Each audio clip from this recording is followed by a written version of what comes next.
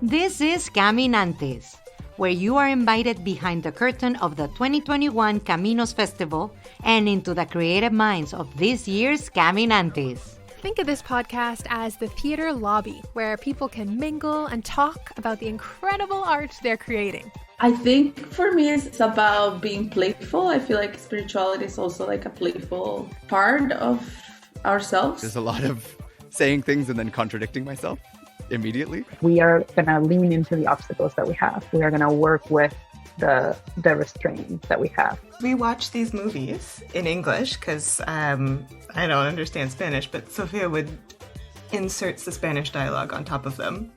Yeah. It's not the same. In this episode, you'll hear two conversations. First, we'll hear from the artist behind the Mermaid project and Caminos series Oracle cards. Let's get started. My name is Ximena Huizi. My pronouns are they and them. I am a Venezuelan interdisciplinary theater artist, I guess is how I'm going to describe myself today. And I am the director, lead facilitator of the Mermaid project, which is a multimedia exploration of our relationships to water and access and power through investigating the mermaid myth. My name is Alejandra, Higuera, pronouns she, her. My project is an oracle card deck. Right now I'm focusing in the 4 elements and how the elements impact the deck and our emotions and ourselves. I'm interested in spirituality, coming from a voice of being immigrant and having left everything that I've known and being able to acquire new tools. Learning that queerness is a big part of my life, and that it definitely influences everything that I do. And the deck, it has to have these 2 elements that are the biggest ones right now in my life. Yeah, I feel like it's very similar to what Ximena, in some parts we connect. But yeah, and so the iteration is like I will have physical cards, and then I will create, I will work with augmented reality to create filters to use in Instagram. It's really lovely to hear like the high tech in relationship to like the natural and the spiritual. I think I wonder what that desire is or how it's manifesting. Especially like augmented reality feels like it's like the highest of tech in terms of like performance, and then like the like really ritual kind of like tangible object ritual kind of spiritual elements. I think for me it's about being playful. I feel like spirituality is also like a playful part of ourselves. I was thinking about that today. I was like, how do I make this more not ritualistic, but like a little bit more deep of like in a way that people connect and they know it's not just like, oh, I'm becoming whatever filter, like I'm becoming whatever filter you use. But it's like, how do I make it that people actually think about maybe the elements like water and how they connect through water and how we are mostly water. And I was thinking about sound, like how is earth, like is it like us digging earth, what is it like, is it like hit it, like like thinking about sound in that sense of adding that part to the filter, but it's still very like raw. But I'm always been interested in like ritual and technology, and because these spaces are spaces that are becoming more and more inhabited by us, and I'm interested in creating a space that is a little bit ritualistic in that sense, outside of IRL. Cool. It sounds like also the technology and like switching through filters and stuff, like you just do that so quickly, and the relationship with time is so different when you're in person. And from what I've seen of little pieces of yours, Ximena, of the project, like there's so much space and like time being taken, and it's really delicious. What does the role of time play in your piece? I think a lot about time in relationship to like attention and like witnessing and what we watch. I'm thinking a lot about the audience and like just exploring or like existing in like a different, I want to say like a performative and like witnessing contract that we have with audiences, and kind of ways of shifting a little bit of the accountability of the storytelling or like the narrative that emerges from work into the audience.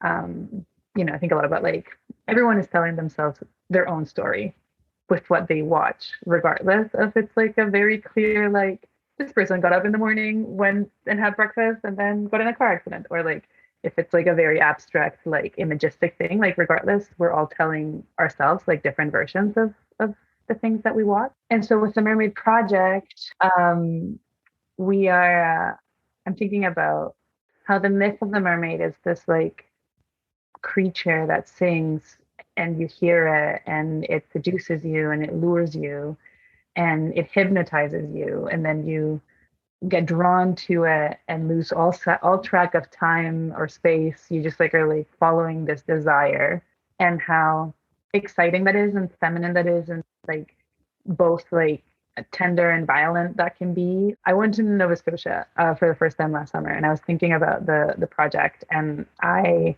got to go to the Bay of Fundy and watch these gigantic tides like come in and out, and I just had my mind blown about water and like what witnessing water is, like how it doesn't matter really who you are. If you sit in front of like a body of water that has like some shores, like you'll just like sit and watch it, and it doesn't have to do anything else, but the way that we pay attention to it is so much different. It's different than the way that we pay attention to the rest of the world.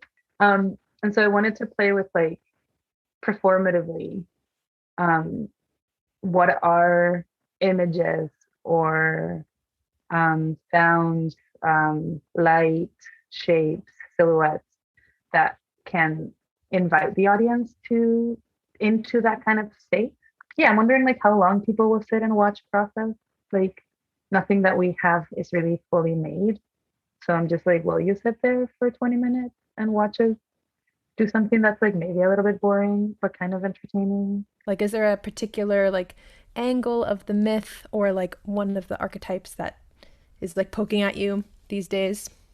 I don't think I have gone through the archetypes, but I was thinking about the elements in the deck.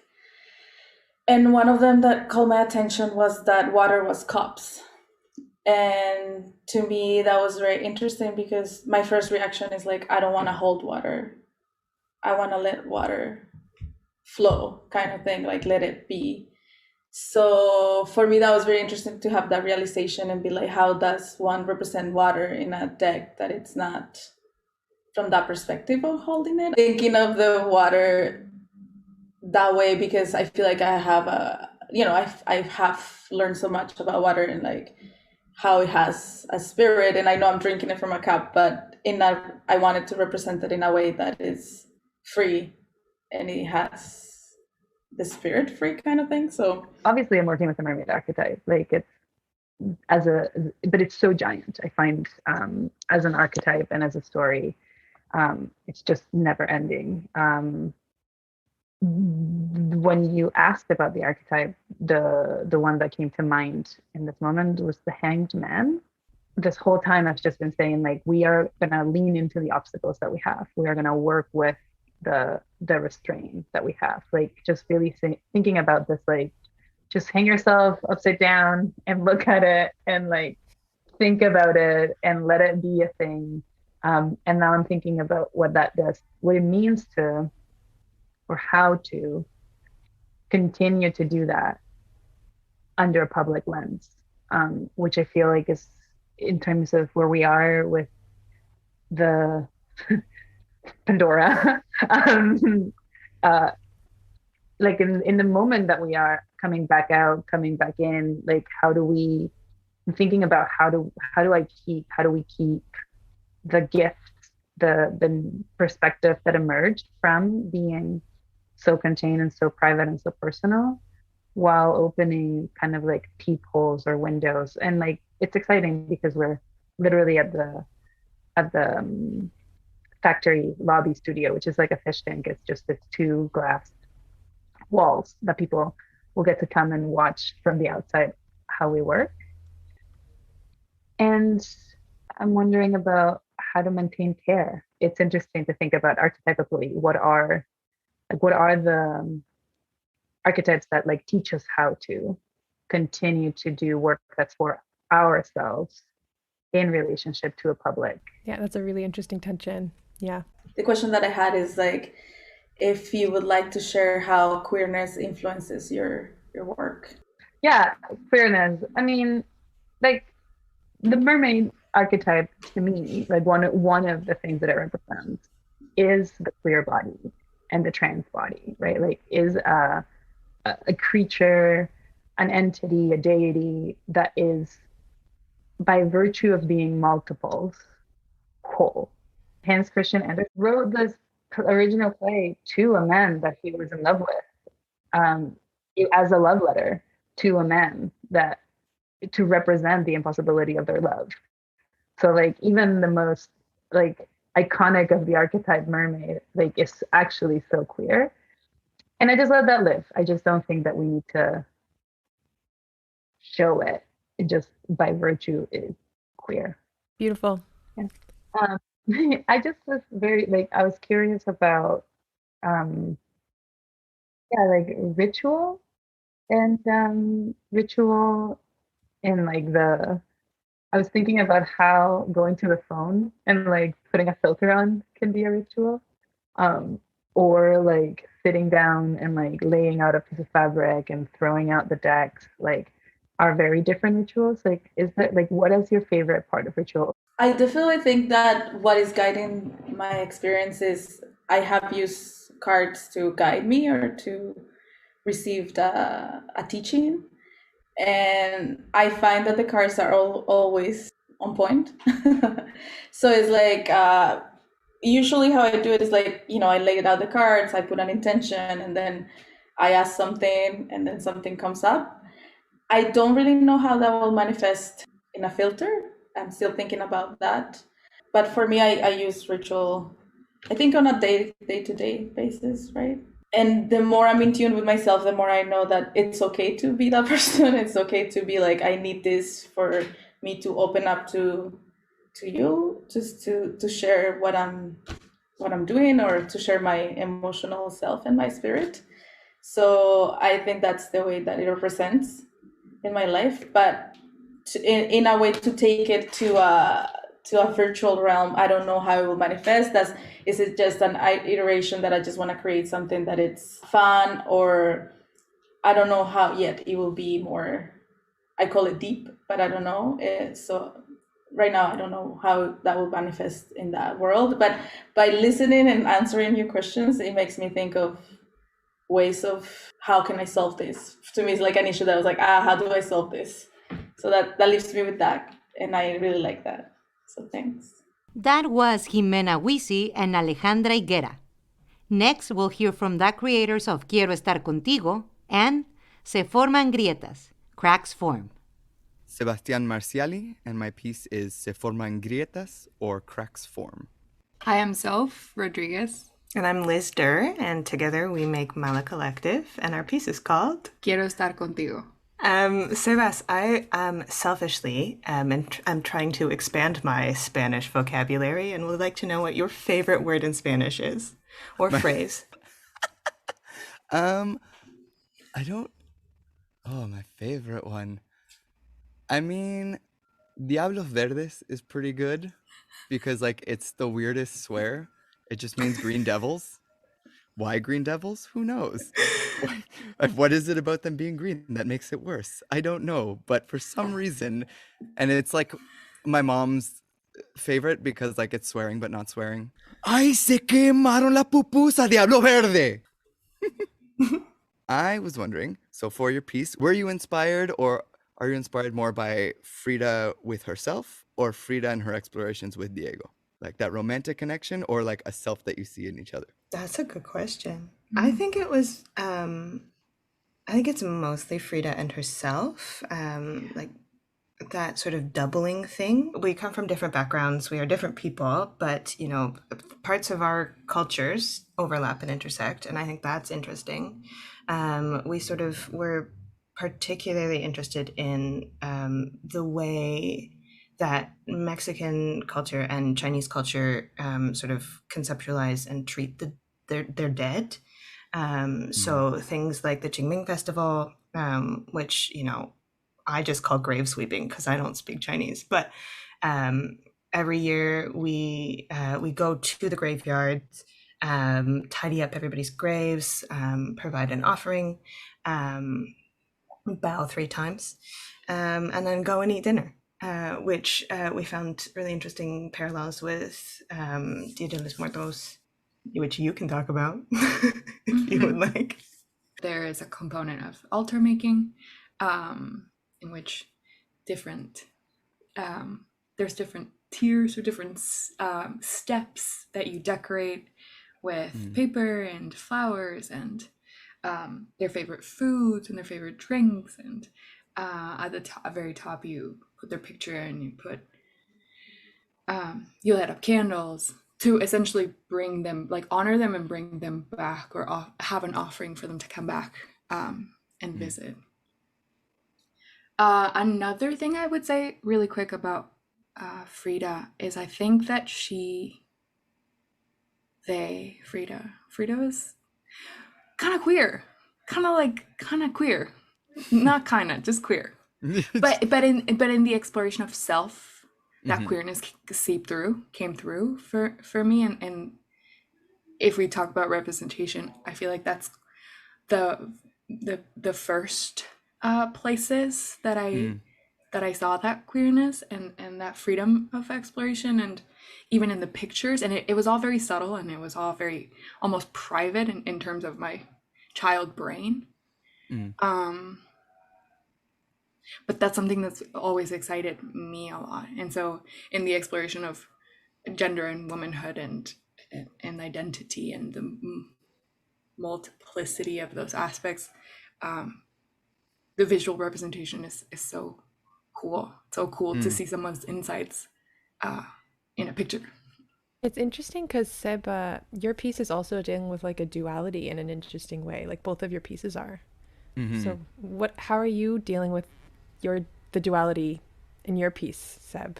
Yeah, I don't know. It's a very weird thing where I like came into writing this thing very separate from myself, but then all the writing became very much about myself. And this idea about being like split across what is really one continent that we call 2 continents. And also being split in a sense of gender and sitting in the middle and like never existing in either place in any sphere of my life in a weird way. So there's a lot of wrestling with what it means to be and not be. Like there's a lot of saying things and then contradicting myself immediately, which is I don't know. It's an ongoing exploration, which is also funny why like I specifically am like stuck on the idea of like cracks and fractures that split things into. If this had ended up being something live, I feel like I would have made something much more movement based. And like basically what it's come down to is like a series of poems or like poetic vignettes, and like the visuals are really kind of secondary. Like they're just kind of there because I don't want it to just be an audio piece.